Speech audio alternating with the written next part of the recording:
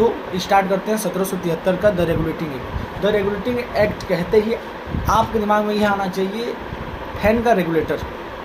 जिस प्रकार फैन का रेगुलेटर फैन की स्पीड को नियंत्रित और नियमित करने के लिए यूज़ किया जाता है, उसी प्रकार 1773 का the regulating act British government के तरफ से ब्रिटिश ईस्ट इंडिया कंपनी को नियमित एवं नियंत्रित करने का पहला अधिनियम था। ठीक है। दूसरा, इसी में अगर हम आगे अगर बढ़ें और इसी बात करें तो कंपनी के जो व्यापारिक और राजनीतिक जो मामले थे उसको नियमित एवं नियंत्रित किया गया ब्रिटिश गवर्नमेंट द्वारा फर्स्ट टाइम।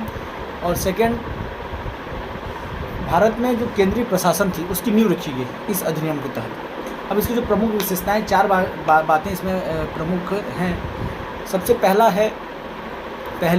पहला जो बात है 1773 द रेगुलेटिंग एक्ट 1773 के लागू होने से पहले भारत में प्रेसिडेंसी थे, जैसे कि बम्बई, मद्रास, कलकत्ता, उनके सभी इंडिपेंडेंस या स्वतंत्र गवर्नर थे।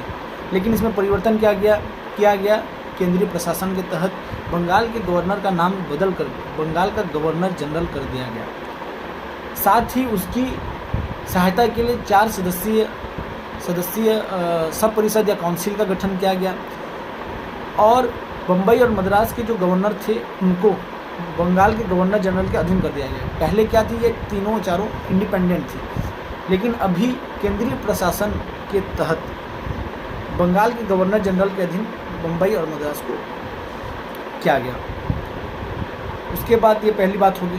दूसरी बात, 1774 में कलकत्ता में उच्चतम न्यायालय का स्थापना किया गया, जिसमें एक मुख्य न्यायाधीश और 3 अन्य सहायक न्यायाधीश थे। और उस समय सुप्रीम कोर्ट के जो मुख्य न्यायाधीश थे सर एलिजा इम्पे उनका नाम था। उसके यह दूसरी मुख्य बात होगी।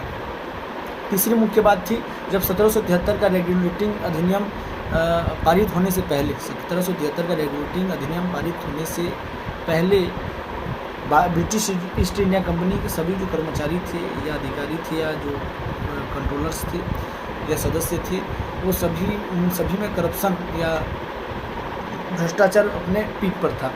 लोग कंपनी के कार्यों को छोड़कर निजी व्यापार करना स्टार्ट कर दिए थे, भारतीयों से घूस लेना, इस प्रकार की तमाम भ्रष्टाचार चल रहे थे। तो उसको नियमित और नियंत्रित करने के उद्देश्य से ब्रिटिश इंडिया कंपनी ने इन सभी भ्रष्टाचारों पर निषेध लगाया।